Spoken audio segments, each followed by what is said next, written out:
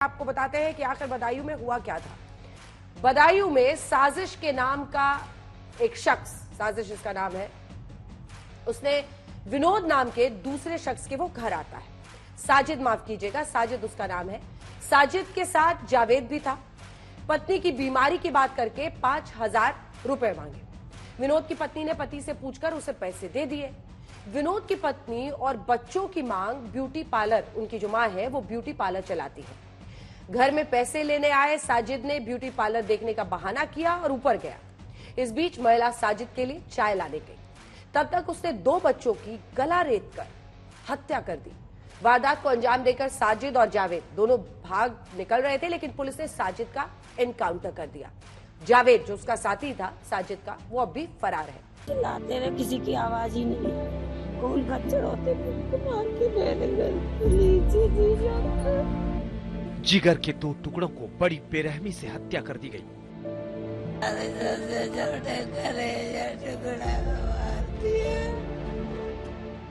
ना कोई रंजिश, ना कोई विवाद।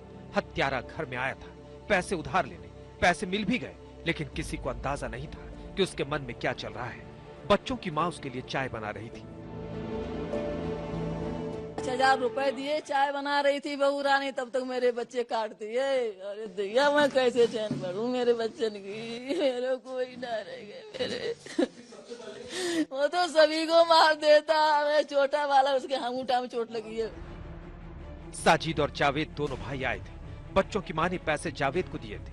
जब तक साजिद पार्लर देखने के बहाने ऊपर छत पर गया और 2 बच्चों की हत्या कर दी। तो छोटा वाला भाग के आया वहाँ, उसे उसके अंगूठा में दोनों को तब तक उसने मार दिया। हम चिल्लाते रहे, किसी की आवाज ही नहीं आई। खून खच्चर होते मार के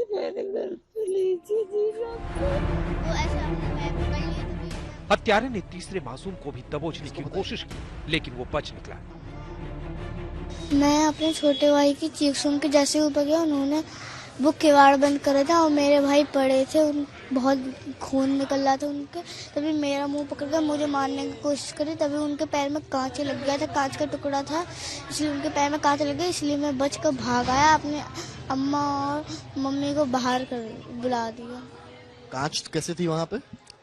मेरा छोटा भाई वो ले गया था ना पानी कांच के गिलास में, इसलिए उन्होंने पानी पिया नहीं, इसलिए कांच टूट गया, उनके हाथ से गिर गया और मेरे भाई को मार दिया। दोनों बच्चों की हत्या के बाद साजिद फरार हो गया, लेकिन पूरी छत खून से रंगी है। वारदात के सबूत मौजूद हैं। दोनों भाइयों के कत्ल के बाद से साजिद जब घर से भागा है, इसी सीढ़ी से नीचे जाते हुए भागा है, उसके बाद पुलिस ने इस घटना के कुछ ही देर में साजिद को एनकाउंटर में मार गिराई। ये देखिए, ये पूरा दरवाजे पर भी खून लगा हुआ है। दरवाजे पर यानी हाथ से सना हुआ साजिद, हाथ में खून लगा हुआ था साजिद के। और वो किस तरीके से हैवानियत उसके सिर पर सवार थी कि दोनों मासूम बच्चों को मौत के घाट उतारने के बाद वो फरार हो गया। 12 साल के आयुष और 8 साल के आहान की उन्हीं की छत पर हत्या की खबर इलाके में फैली तो बवाल शुरू हो गया। लोगों ने हंगामा शुरू कर दिया, तोड़फोड़ की, सड़क पर जाम लगा दिया। इसके बाद पुलिस एक्शन में आई और साजिद को घेर लिया। पुलिस का दावा है कि साजिद पुलिस पर गोली चलाई, जिसके बाद उसे एनकाउंटर में ढेर कर दिया गया। रास्ते में भीड़ ने उसको पकड़ने की कोशिश की, लेकिन वहां से वो निकल के भाग गया। सूचना मिलती ही पुलिस ने फिर मौके पे आकर के स्थिति को संभाला और फिर चूंकि वो भाग गया था तो उसके पीछे पुलिस की टीमें लगाई गई और इवेंचुअली 1-2 घंटे के बाद जब वो शिकुरपुर के जंगल में देखा गया तो वहाँ पुलिस ने उसने रोकने का प्रयास किया। पुलिस पार्टी पर उसने फायर किया। जवाबी फायर में उसकी मृत्यु हो गई। इस समय पर उस जंगल के रास्ते पर है और ये रास्ता एक पुल के दूसरी तरफ आपको शहरी इलाके को जोड़ता है और यहाँ से ग्रामीण इलाका शुरू हो जाता है। ये रास्ता है, ये सीधे जो जा रहा है ये ग्रामीण इलाके को जोड़ता है और इसी थोड़े से एक चेक के बाद, एक थोड़े से इलाके के बाद यहाँ पर बस्तियां भी शुरू हो जाती हैं। यानी कि पुलिस जो कह रही थी कि हमने सुनसान इलाके में साजिद को एनकाउंटर हुआ, साजिद भागने की कोशिश कर रहा था, उसने फायरिंग की जिसमें एक इंस्पेक्टर को भी गोली लगी और उस फायरिंग में, पुलिस की फायरिंग से साजिद मारा गया। साजिद दोनों बच्चों के घर के ठीक सामने सैलून चलाता था, यानी बाल काटने का काम करता था। ये रहा साजिद का सैलून, जिसे वारदात के बाद गुस्साए लोगों ने आग के हवाले कर दिया।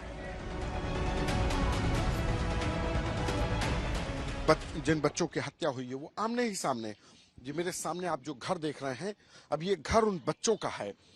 सड़क पार करता है साजिद, वहां जाता है, उनके परिवार के पास जाता है और अचानक से थोड़ी देर बाद वो एक बड़े धारदार हथियार से बाहर निकलते हुए दोनों मासूम बच्चों की हत्या के बाद घर से बाहर भागते हुए नजर आता है। ये घर है जिस घर के 2 बेटों की बेरहमी से हत्या कर दी गई। पैसे मांगे थे।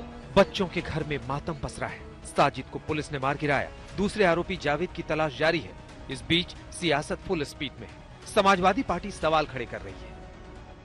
ऐसी कई घटनाएं हैं जहां घटना होने के बाद सरकार ने कार्रवाई की, अधिकारियों को हटाना पड़ा। तो अपनी नाकामी को छिपा नहीं सकते इस तरीके से।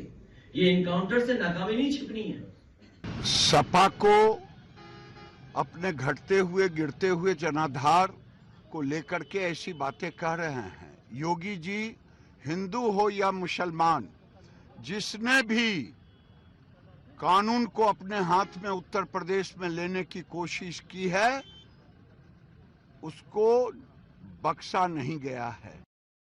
वारदात का चुनावी कनेक्शन भी जोड़ा जा रहा है।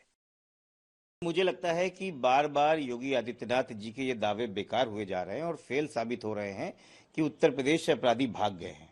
अगर उत्तर प्रदेश से अपराधी भाग गए हैं तो 5 कालिदास मार्ग के पास भी गोलियां चलती हैं जहां पे मुख्यमंत्री रहते हैं, और बदायूं जैसे जघन्य अपराध भी होता है। समाजवादी पार्टी का यही असली कैरेक्टरिस्टिक है कि समाजवादी पार्टी हमेशा समाज को गुमराह करके और उसके ऊपर अपनी राजनीतिक रोटियां सेकना चाहती है। कांग्रेस सरकार से इस्तीफे की मांग कर रही है। जंगल राज की पराकाष्ठा है। छोटे छोटे बच्चों की गला रेत करके हत्या कर दी जाती है। क्या ये भाजपा राज है योगी जी? इसको आप राम राज कहेंगे? मैं देख रहा हूं कि कुछ लोग इस घटना को भी आधार बना के राजनीति कर रहे हैं, और जब कानून अपना काम कर रहा है, प्रशासन अपना काम कर रहा है, तो इसको भी राजनीति का रंग देने का प्रयास जो हो रहा है ये दुखद है। ऐसा नहीं होना चाहिए। बदायूं की वारदात में कई अनसुलझे सवाल भी हैं। सबसे बड़ा सवाल ये कि आखिर साजिद ने दोनों बच्चों की हत्या क्यों की। दूसरा सवाल ये कि बदायूं पुलिस के पास साजिद के एनकाउंटर के अलावा कोई रास्ता नहीं था। बदायूं से संतोष शर्मा के साथ आज तक ब्यूरो। एक खबर आ रही है, आपको बता दें, पुलिस एनकाउंटर में मारा गया साजिद अपनी पत्नी की बीमारी का बहाना बनाकर उधार लेने गया था संगीता के पास, जो कि दोनों बच्चों की मां थी। 5,000 रुपए उसने मांगे थे, लेकिन उसकी पत्नी बिल्कुल ठीक है, ना वो अस्पताल में भर्ती है, ना वो गर्भवती है, और ना ही उसके इलाज के लिए 5,000 की जरूरत थी। वो तो बीते 15 दिनों से अपने मायके में रह रही है। आज तक के संवाददाता संतोष शर्मा एनकाउंटर में मारे गए साजिद के ससुराल पहुंचे, जहां पर उनकी मुलाकात साजिद की पत्नी सना और सास मिस्किन से हुई है। उन दोनों से उन्होंने बातचीत की है। बदायूं डबल मर्डर में ये नया ट्विस्ट क्या है, आइए आपको जल्दी से सुना देते हैं। ये साजिद की पत्नी है और इन्हीं के नाम पर साजिद ने उस परिवार के अंदर गया, कहा कि इसकी तबीयत खराब है, लेकिन ये हमारे सामने खड़ी है। आपकी तबीयत खराब है? ना है? ना आप आगे आ जाओ। ना नहीं, आपके पति ने कहा कि जो है आप अस्पताल में एडमिट हैं और बच्चे के आप आगे आ जाइए। हाँ हाँ, लड़की में खुद पहुंचाएगा। ये साजिद की सास है, बेटी की माँ है ना? क्या ये बेटी की तबीयत खराब है? ना, सही है हमारी बेटी तो। साजिद ने वहां पे कहा कि उसकी पत्नी की तबीयत खराब है, प्रेग्नेंट थी, उसको आज डिलीवरी होनी है, इसलिए 5,000 रुपए मांगे। ना, बेटी हमारी जठड़ी है। अच्छा, उनको राज नहीं को पता है, हमें क्या पता। हमारी बेटी हमारे जो और हम हिया। साजिद ने झूठ बोला फिर? अब साजिद को पता हुई, हम साजिद के साथ सॉरी ना है, हम तो अपने घरे। साजिद ने जैसे ये घटना कर दी, 2 बच्चों को मार दिया उसने, तो आप लोगों से तो बात होती होगी, आपका दामाद होती ना, बात ज्यादा ना करते, जायज कर लेते, खैर सल्ला खाए ले, ठीक हो ना ठीक हो, फिर और बात फालतू बात ना करते ज्यादा। आपसे बात होती थी? आपसे आखिरी बार कब बात हुई थी? हमें तो 15 दिन हो गया है, तो पहले 8 दिन हो गए। आखिरी बार कब बात हुई थी? आज के दिन हुई। मतलब आज बुधवार है तो बुध को बात। हाँ। तो तब से बात ही नहीं होती ना। क्यों? जैसे इनके पास मोबाइल ना था हमारे पास। अच्छा। हाँ, इसलिए। तो मोबाइल पे फिर मोबाइल किसी को हमारे मोबाइल में पैसा ना आते, कभी बंद हो जाते तो ना पैसा आए तो फोन इसलिए ना आए। अच्छा। हाँ। खैर सलाह मतलब कोई झगड़ा ना सो कोई बात नहीं। आइए चर्चा की शुरुआत करते हैं। सभी खास मेहमान हमारे साथ जुड़े हुए हैं। सबसे पहले आपके पास आते हुए शलमणि त्रिपाठी जी, कानून व्यवस्था आपके राज्य में एक बड़ा मुद्दा बनता चला जा रहा है। आखिर अपराधियों को पुलिस का खौफ क्यों नहीं है? ऐसी घटना हो रही है, हिंदू मुस्लिम तो बाद में उस पर करते रहिए जिसको जो करना है, जो एंगल निकालना है। विपक्ष कह रहा है आप लोग सांप्रदायिक तनाव पैदा करने के लिए खुद ही ऐसे घटनाओं को अंजाम देते हैं चुनाव से पहले। लेकिन सवाल तो कानून व्यवस्था है, कानून के इकबाल का है, अपराधियों के मन में डर का है, जिसका आप लोग दम भरते हैं। अंजना जी, मुझे लगता है कि आपकी रिपोर्ट अभी आपने जो दिखाई है वो रिपोर्ट किसी भी ने भी अगर देखी होगी तो बच्चा भी समझ सकता है कि ये पूरी घटना किस प्रकार से हुई। दोनों परिवारों में आना जाना था, बच्चे जाके बाल कटवाते थे साजिद के यहाँ, आपस में एक दूसरे के यहाँ मेल जोल था, उनके घर वो उधार मांगने गया, 5,000 रुपए उसने दिए और इस प्रकार घर में घुसकर, इसको निश्चित तौर पर आपराधिक घटना है, लेकिन इसको विश्वासघात कहेंगे, इसको तो गद्दारी कहेंगे, इसको तो घर में घुसकर जिस प्रकार के कहते हैं कि किसी के घर में जाके आप उसको विश्वास में लेके घर उजाड़ दें, उसको ये कहेंगे। और कार्रवाई किस प्रकार की हुई? हम अगर कहते हैं कि जीरो टॉलरेंस है तो आपने देखा हो कि बहुत से लोग आज अगर अपनी छाती पीट रहे हैं तो इस घटना को लेकर पीट रहे हैं कि जिस साजिद ने इस घटना को अंजाम दिया, 1 घंटे के भीतर पुलिस ने किस प्रकार की कार्रवाई की। लेकिन आप जरा सोचिए कि तमाम सारे लोग जो अभी डिफेंड करेंगे और इस घटना को अलग रूप देने का प्रयास करेंगे, दरअसल उनको भी पता है कि ये घटना लॉ एंड ऑर्डर की घटना सीधे तौर पर नहीं है, क्योंकि दोनों परिवारों में जिस प्रकार के आपसी रिश्ते थे उसके बाद इस प्रकार की घटना होती है। लेकिन क्या कारण है कि वो उत्तर प्रदेश की कानून व्यवस्था को निशाना बनाएंगे?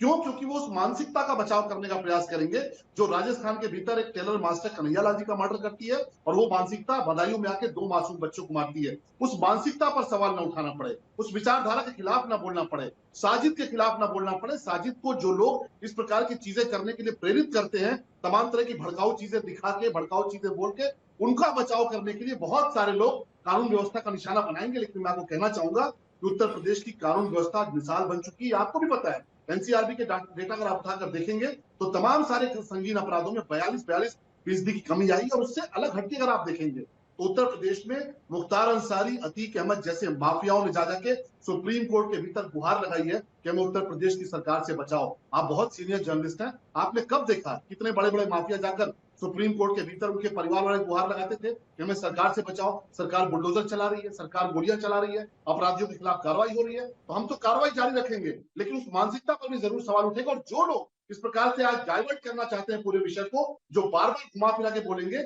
उनसे सवाल जरूर पूछेगा कि उस मानसिकता के खिलाफ बोलने में उनको क्यों डर लगता है, जो कन्हैया लाल जी की भी कातिल है, जो इन बच्चों की भी कातिल है। जिस प्रकार से घटना को अंजाम दिया गया, मुझे लगता है इससे ज्यादा नृशंस, इससे ज्यादा दुखद कुछ भी नहीं हो सकता। 2 मासूम बच्चों को मारा गया, तीसरे को मारने की कोशिश हुई। जिस परिवार में जाके बैठता था, जिस परिवार में जाके खाना खाता था, जिस परिवार में वो पैसे उधार देता था, आखिर कौन सी मानसिकता है जो इस प्रकार की घटनाएं अंजाम देने के लिए उनको प्रेरित करती है? लेकिन उत्तर प्रदेश में और देश में मोदी जी की सरकार है, उत्तर प्रदेश में योगी जी की सरकार है। ऐसे हर अपराधी से हम मजबूती से निपटेंगे।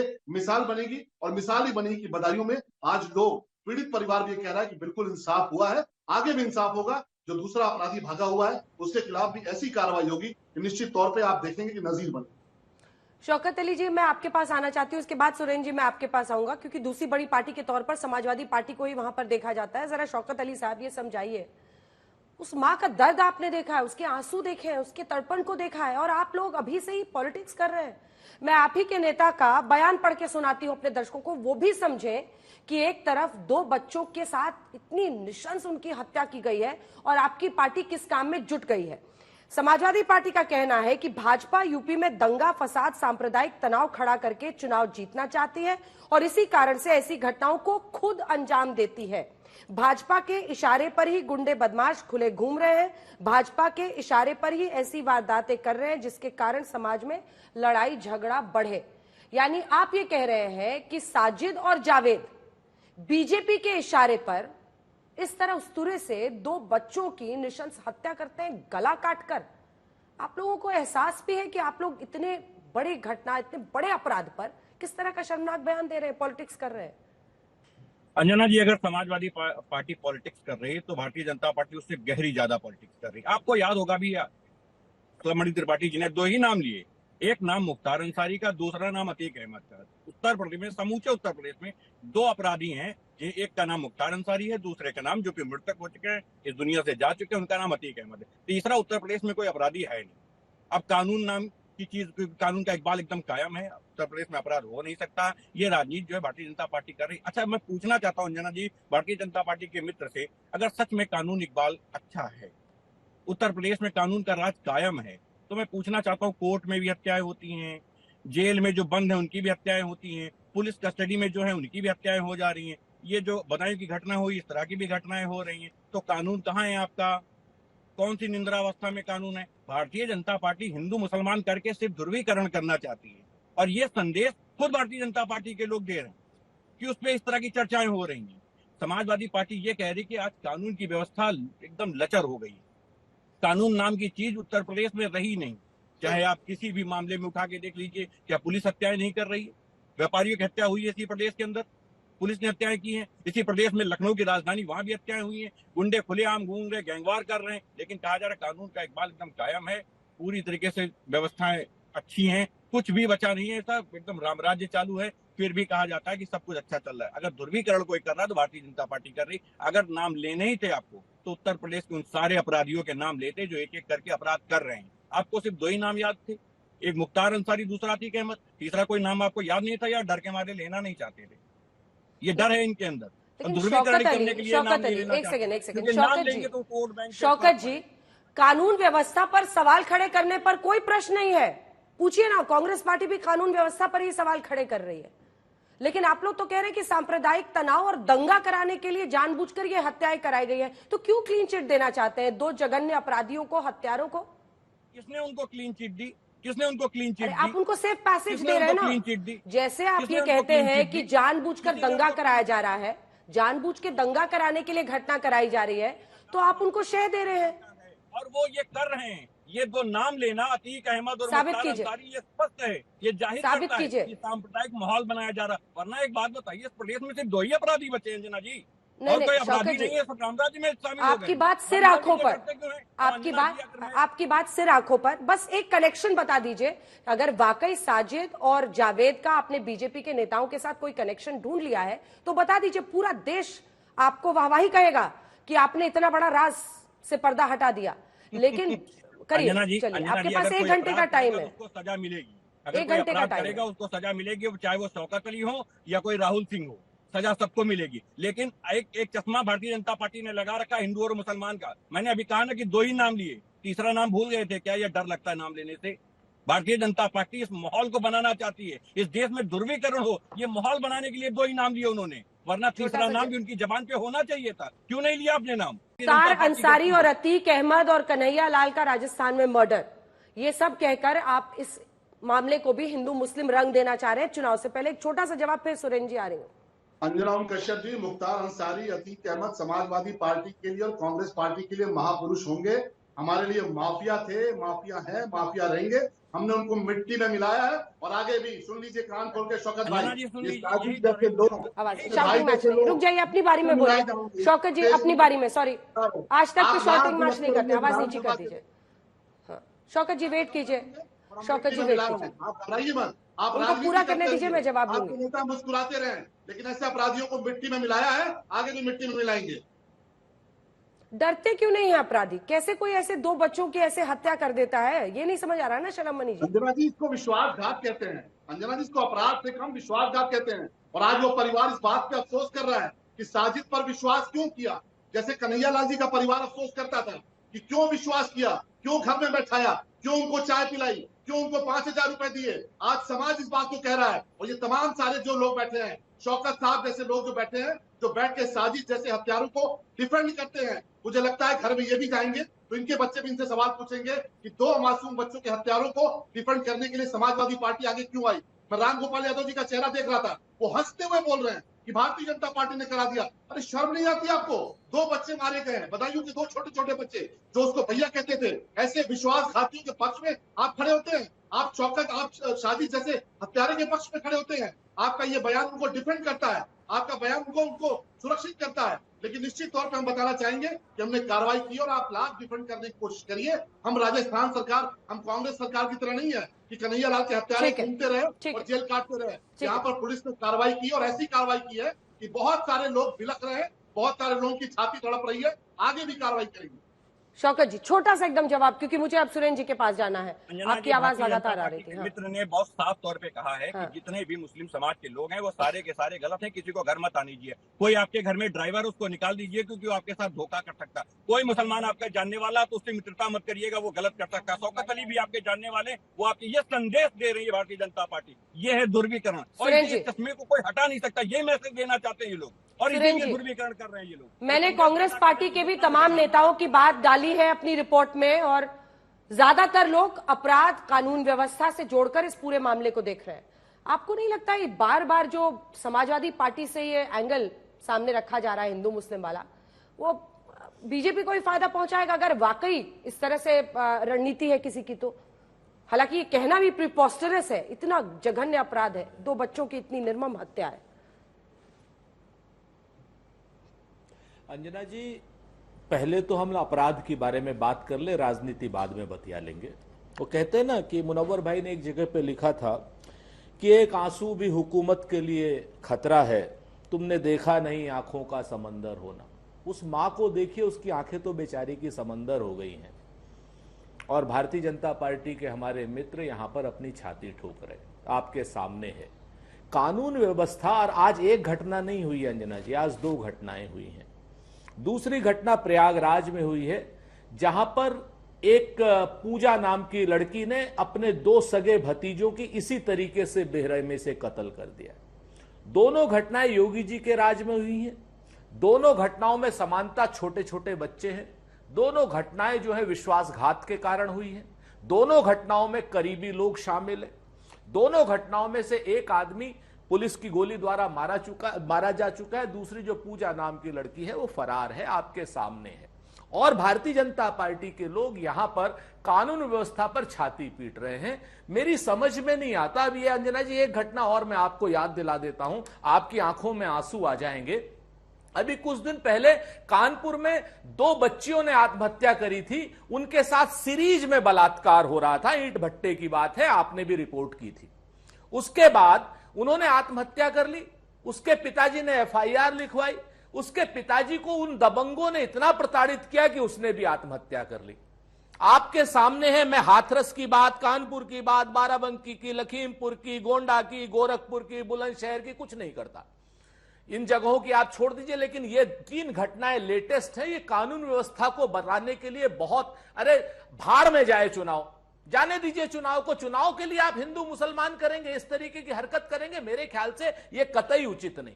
उसके बाद आप अपनी छाती पीटेंगे इतनी घटनाएं होने के बाद, और आप कहेंगे कि हमने फलाने को अंत वो लगा दिया, ढिमकाने को लगा दिया। ये मेरे ख्याल से कतई उचित नहीं है। कानून व्यवस्था पर अपनी फेल्योरिटी मानिए, इस्तीफा दीजिए, क्योंकि आपके राज में लोगों को कानून का भय नहीं है। आप, मुझे नहीं पता ये साजिद कोई भाजपा का है, जैसे कन्हैया लाल का हत्यारा, दोनों के 2 कन्हैया लाल के हत्यारे भारतीय जनता पार्टी के मेंबर थे। ये भारतीय जनता पार्टी वाले नहीं बताते कि कन्हैया लाल के हत्यारे भारतीय जनता पार्टी। आखिर ऐसी कौन सी चीज है भारतीय जनता पार्टी में? मैं बहुत साफ कहता हूं, मैं बिल्कुल इसमें नहीं आना चाहता कि कौन कहां का है, लेकिन चूंकि इन्होंने कन्हैया लाल बार बार कहा, इसलिए मैंने उस घटना का वो किया। आप हर चीज को राजनीतिक रंग क्यों देना चाहते? आप हर चीज, हर कानून, अपनी फेल्योरिटी को आप क्या नाम हिंदू मुसलमान के पीछे शिकंडी की तरीके से क्यों छुप जाना चाहते? हर जगह पर, एक जगह पे नहीं, जहां ये लोग फेल होंगे, कभी सेना के पीछे छुप जाएंगे, कभी क्या नाम धर्म के पीछे छुप जाएंगे, कभी भगवान श्री राम शलभ मणि जी जवाब दीजिए, कभी हमारे और आपके पीछे छुप जाएंगे। शलभ मणि जी जवाब दीजिए। ठीक है, शलभ मणि जी जवाब दीजिए। सुरेंद्र जी, फेल्योर इसके बाद मैं आ रही हूँ डीजीपी साहब। हाँ, अरे सुन लीजिए सुरेंद्र जी, फेल्योर तब कहते हैं आपके भीतर जरा भी मर्यादा रही होती तो अशोक गहलोत जी से इस्तीफा मांग लिया होता। जिस प्रकार से कन्हैया लाल जी का कत्ल किया गया, और आपने कुछ नहीं किया। आपने जो हत्यारे थे उनको आपने बड़े आराम से जेल भेज दिया। कार्रवाई इसको कहते हैं, बदायूं नहीं, पूरे देश के लोगों ने देखा है। और आपके दिल में दर्द क्यों हो रहा है सुरेंद्र जी? मैं समझ सकता हूँ कि आपकी छाती में तकलीफ क्यों हो रही है, क्योंकि एक अपराधी गुनाहगार साजिद मारा गया है। आपके भीतर तकलीफ क्यों हो रही है कि जब मुख्तार अंसारी को उत्तर प्रदेश की पुलिस पंजाब लेने जाती थी तो प्रियंका वाड्रा जी के नेतृत्व में मुख्तार अंसारी को छुपा कर रखा गया था, और हमने नहीं कहा कि आम आदमी पार्टी की सरकार है, कांग्रेस आम आदमी पार्टी की सरकार के जेल मंत्री ने कहा, गृह मंत्री ने कहा कि बकायदे कांग्रेस पार्टी की सरकार ने मुख्तार अंसारी को यहाँ पर छुपा के रखा था। आज भी आप जिस प्रकार से समर्थन करते हैं अपराधियों का, इन गुंडों का, ये सबको पता है, पूरे देश को पता है। और आज क्योंकि आप चाहते हैं कि साजिद को डिफेंड कर सके, उसके भाई को डिफेंड कर सके, कन्हैया लाल के हत्यारों को आपने डिफेंड किया, आज साजिद को डिफेंड करने के लिए आप जितना भी डाइवर्ट करने की कोशिश करेंगे, कोई डाइवर्ट नहीं होने वाला। ये मामला एक सेकंड आपको टोक रही हूं। बदायूं एनकाउंटर की मजिस्ट्रेट जांच के आदेश दे दिए गए हैं, डीएम ने दिए हैं एनकाउंटर की जांच के आदेश। बदायूं एनकाउंटर की जांच के आदेश दिए गए हैं। 15 दिनों में डीएम ने रिपोर्ट मांगी है और मजिस्ट्रियल जांच अब इस पूरे मामले की होगी। एक लाइन में अपनी बात अब पूरी कीजिए, मुझे अन्य मेहमानों के पास भी जाना है। सवाल देखिए घूम फिर कर कानून के इकबाल का आता है। एनकाउंटर क्यों हुआ? पुलिस वाले गोली खाते रहे, इनको तकलीफ नहीं होगी। एक बेचारे गरीब बच्चे मरते रहे, पिछड़े समाज के, कांग्रेस सपा को तकलीफ नहीं होगी, वारिस पठान साहब को तकलीफ नहीं होगी। लेकिन क्योंकि एनकाउंटर में साजिद मारा गया, क्योंकि अतीक का बेटा मारा गया, तमाम गुनाहगार मारे गए, उमेश पाल मारा जाए, कांग्रेस को दिक्कत नहीं है, समाजवादी पार्टी को दिक्कत नहीं है, उसको मेंबर ऑफ पार्लियामेंट बनाकर भेज देंगे, मुख्तार अंसारी को डिफेंड करेंगे। लेकिन आज एक गुनाहगार साजिद मारा गया तो पूरी की पूरी कांग्रेस पार्टी, पूरी की पूरी समाजवादी पार्टी आज बिलख रही है कि नहीं साहब ये नहीं होना चाहिए, लॉ एंड ऑर्डर हो गया। अरे जाके राजस्थान की सरकार को देखिए, कांग्रेस शासित सरकारों को देखिए, जिसको राजस्थान को लोगों ने रेपिस्तान तक कहा था, और आप कन्हैया लाल के हत्यारों को आपने किस प्रकार से उनको सुविधाएं दी, किस प्रकार से वीवीआईपी ट्रीटमेंट दिया, ये उत्तर प्रदेश में नहीं चलने वाला। हमने कार्रवाई की है और पूरा देश कार्रवाई देख रहा है। सुरेंद्र भाई एक सेकंड, इस मामले में हैरान करने वाली बात, एक सेकंड सुरेंद्र जी मैं आ रही हूँ, और आपके पास भी जैन साहब आ रही हूँ, आपके पास भी हमारे साथ दो मेहमान वारिस पठान जी और रमेश खान साहब भी हैं। हैरान करने वाली इस मामले में बात यह है कि बच्चों के पिता बार बार कह रहे हैं कि उसकी आरोपियों से कोई दुश्मनी नहीं थी। ये बात समझ नहीं आ रही जैन साहब, आखिर फिर बच्चों की हत्या की असली वजह क्या है? पुलिस के सामने भी यही चुनौती। आरोपी साजिद के एनकाउंटर के बाद फरार जावेद को खोजकर रूह कपा देने वाला अपराध का मकसद वो पता करे। आइए आपको जल्दी से सुना देते हैं, उसके बाद मैं आपका रिएक्शन लूंगी। जिन बच्चों की हत्या की गई है, माँ तो रो रो कर उनका बुरा हाल है, वो खुद बता रही है चाय बनाने गई थी, लौट के आई तो ये हाल था। अब ये पिता क्या बता रहे हैं, वो कह रहे हैं कि मेरी कोई दुश्मनी नहीं थी इन लोगों से। सुनिए। कुछ नहीं दुश्मनी थी हमारी उससे, नाई कटने कराता था, खाली बाल कटने में अपने मतलब रखते थे, कोई मतलब ना था हमारा, और कोई लेन देन भी नहीं था जितना।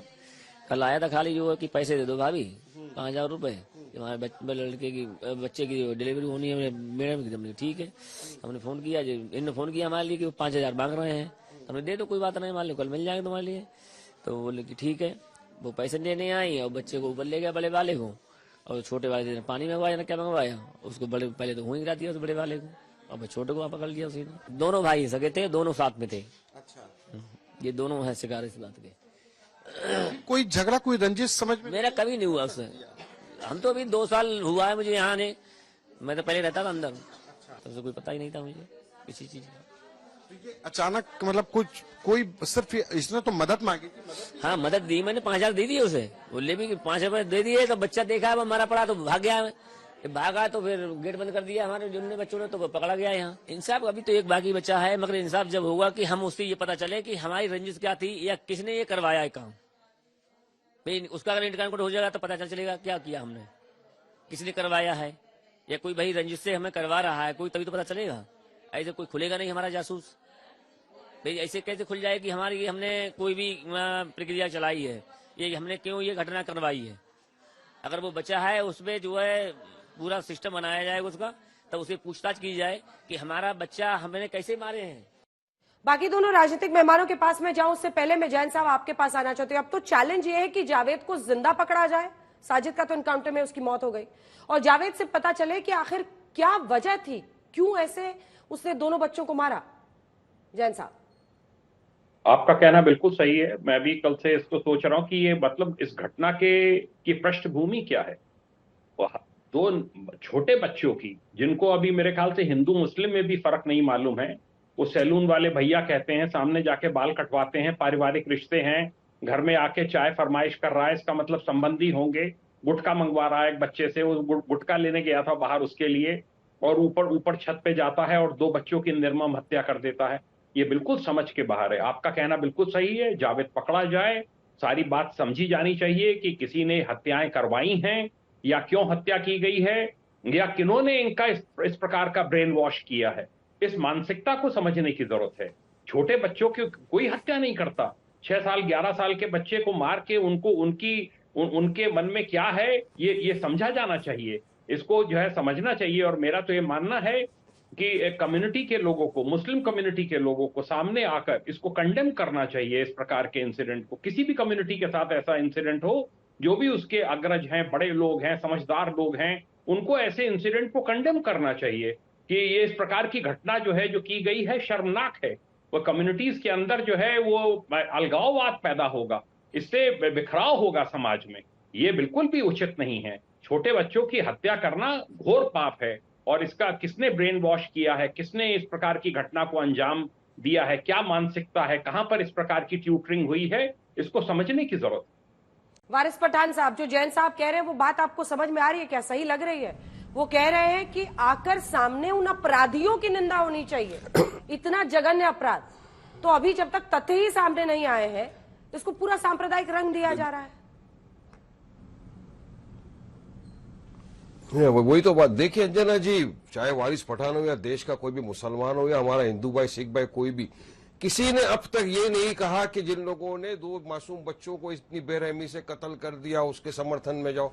कोई नहीं गया समर्थन में, सब ने कंडेमनेशन किया है कि जिसने भी बदायूं में इस तरह से 2 मासूम बच्चों का कत्ल किया है वो घोर निंदनीय है, उसको सख्त से सख्त कानूनी सजा मिलनी चाहिए। एक का तो एनकाउंटर हो गया, दूसरा भी भागा है, वो भी पकड़ा जाएगा। तो कोई समर्थन नहीं कर रहा। साथ ही साथ प्रयागराज के मेजा में पूजा नाम की एक महिला ने अपने सगे 2 भतीजों का इसी तरह से पीट पीट के कत्ल कर दिया, उसको भी सजा मिलनी चाहिए, उसका भी कंडेमनेशन होना ही चाहिए। इसका मतलब ये नहीं कि आप पूरी के पूरी मुसलमान कम्युनिटी को कटघरे में खड़ा कर दो कि नहीं जावेद और वो उसने ये कर दिया तो पूरा मुसलमान ऐसा है, या मुसलमान ये बोले कि नहीं पूजा ने ऐसा करी तो के सारे हिंदू लोग इस तरह के। नहीं, आप इस तरह से मत देखिए ना, आप पहले अपने गिरेबान में झांकिए, आपके कायदा कानून की व्यवस्था देखिए। उत्तर प्रदेश में क्या हो गया, अभी शरद मणि त्रिपाठी ने बात किया, अभी वारिस पठान ये बोलेंगे वो बोलेंगे। अरे सुनिए साहब, मैं नहीं बोलता, आंकड़े बता रहे कि उत्तर प्रदेश के अंदर इतना हो गया। आपने मानसिकता की बात करी, सर तन से जुदा की बात करी, हमने तो मानसिकता जो सर तन से जुदा वाली थी ना उसका भी कंडेमनेशन किया था।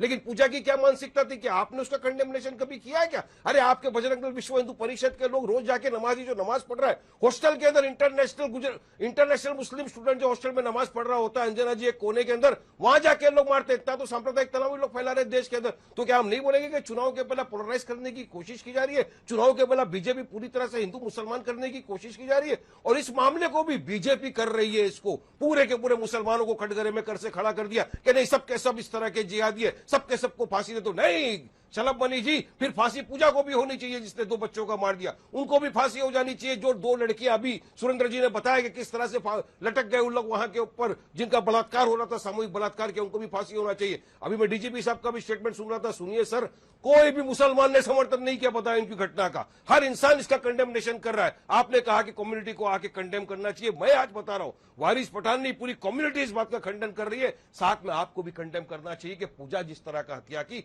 वो भी कंडेमनेबल है। क्राइम होता है, वायलेंस है, हर तरह की हर किस्म की वायलेंस का हमने हमेशा से कंडेमनेशन किया था, करते रहेंगे। मगर इस तरह से आज समुदाय के पीछे लगना ये सही नहीं है खुद के वोट बैंक के लिए। इसलिए गुजरात यूनिवर्सिटी का कंडेमनेशन कभी बीजेपी नहीं करेगी। उनके लड़के जाके मारेंगे स्टूडेंट को, देश दुनिया के अंदर नाम खराब हो जाएगा, कंडेमनेशन नहीं होगा। वारिस पठान ये आरोप लगा रहे हैं जिस पर मैं शलभ मनी जी, एक सेकंड रुक जाए शलभ मनी जी, मैं जवाब दूंगी।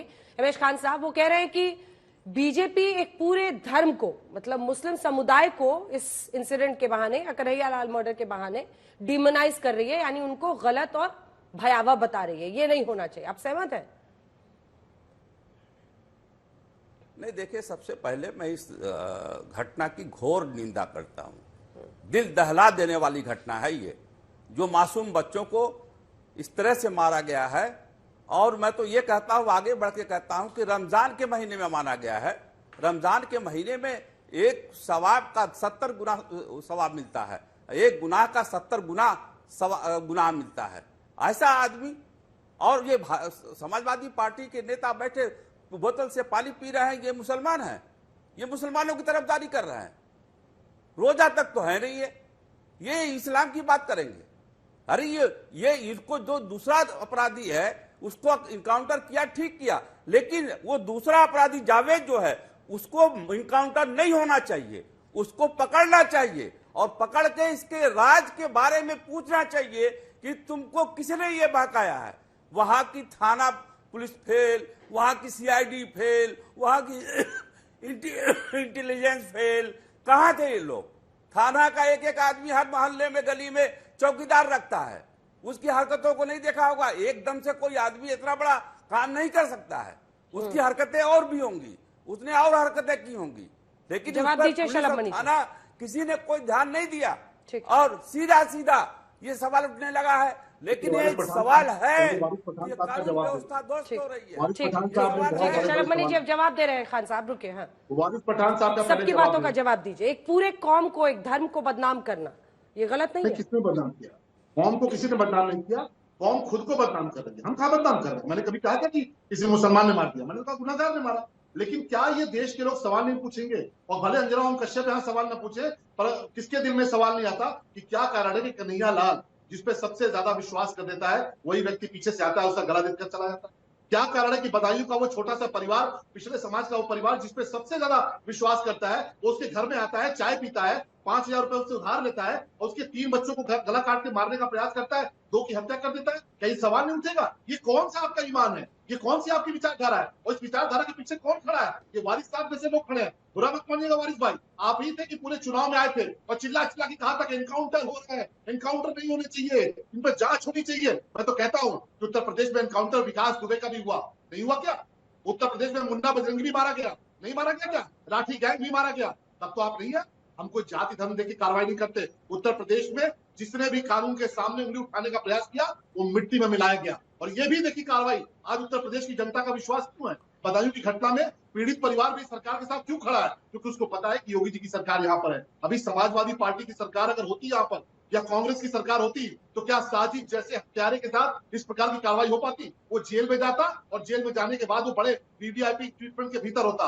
आज उत्तर प्रदेश में भाजपा की सरकार है, मोदी जी के नेतृत्व में सरकार है, इसलिए कार्रवाई हुई। वारिस पठान साहब आपने बहुत सवाल उठाए और जब आप सवाल उठाते हैं एनकाउंटर्स पे तो आप अपराधियों के साथ खड़े होते हैं। मुझे तो अफसोस होता है अंजना जी, पूरी कांग्रेस पार्टी आज साजिद जैसे हत्यारे के साथ खड़ी है। समाजवादी पार्टी साजिद जैसे हत्यारे के साथ खड़ी है जिसने 2 गरीब बच्चों को मारा है, गला काट के मारा। कांग्रेस पार्टी उसको डिफेंड कर रही है, समाजवादी पार्टी उसको डिफेंड कर रही है। राम गोपाल यादव मुस्कुराते हुए बाइट दे रहे हैं, उनके चेहरे पे जरा भी कष्ट के भाव नहीं है, शर्म के भाव नहीं है। आप क्या कर रहे हैं? आप हर चीज को जाति धर्म से जोड़ के देखते हैं। आपने एक बार भी इस घटना के खिलाफ नहीं बोला, आप जाके साजिद के साथ खड़े हो गए जैसे कन्हैया लाल के हत्यारों। सुरेंद्र जी एक रिस्पॉन्स देते फिर मैं आ रही हूँ। हाँ सुरेंद्र जी, वो सीधा कटघरे में खड़ा कर रहे हैं कि ऐसा अंजाम नहीं होता अपराधियों का अगर आपकी या एसपी की सरकार रहती। बिल्कुल, ये क्या नाम शलभ भाई, चूंकि आज की डेट में इस घटना का, इस मतलब दिल दहलाने वाली घटना का भी राजनीतिक लाभ लेने से बाज नहीं आ रहे। कह रहे पिछड़े समाज का फलाना। अरे भाई, कन्हैया लाल तो आपका हत्यारा तो आपका ऑफिस बेरर था, आपको शर्म नहीं आती ये मानते हुए? महाराष्ट्र में पुलिस स्टेशन में भारतीय जनता पार्टी का विधायक शिंदे गुट के आमदार के कत्ल कर देता है, गोलियां चलाता है सीधे सीधे। इनकाउंटर आप क्या बात करते हैं शलभ भाई? आपको, मुझे पता है कि आज आपको लाभ लेने का मौका है इस दिल दहलाने वाली घटना में। पूजा वाली घटना में आपको लाभ नहीं मिल रहा है, इसलिए आप उसकी चर्चा नहीं कर रहे हैं। मैं आपसे फिर से बता दूं, कहते हैं ना कि जलते घर को देखने वालों फूस का छप्पर आपका है, आपके पीछे तेज हवा है और मुकद्दर आपका है। विधायक जी सिर्फ 2 लाइन का जवाब। चुप था, अब मेरा नंबर आया। विधायक जी सिर्फ 2 लाइन का जवाब। अरे मैं तो कह रहा हूं कि पूजा को भी सजा मिलनी चाहिए, लेकिन सुरेंद्र भाई जिस प्रकार से आप पूजा की घटना को उठाकर साजिद को डिफेंड क्यों कर रहे हैं? आप साजिद के खिलाफ एक शब्द नहीं बोल पाए और कन्हैया लाल के हत्यारे जिनके भी थे आपने क्यों नहीं कार्रवाई की? एनकाउंटर हुआ क्या? वहां पे कोई मुठभेड़ हुई क्या? आपने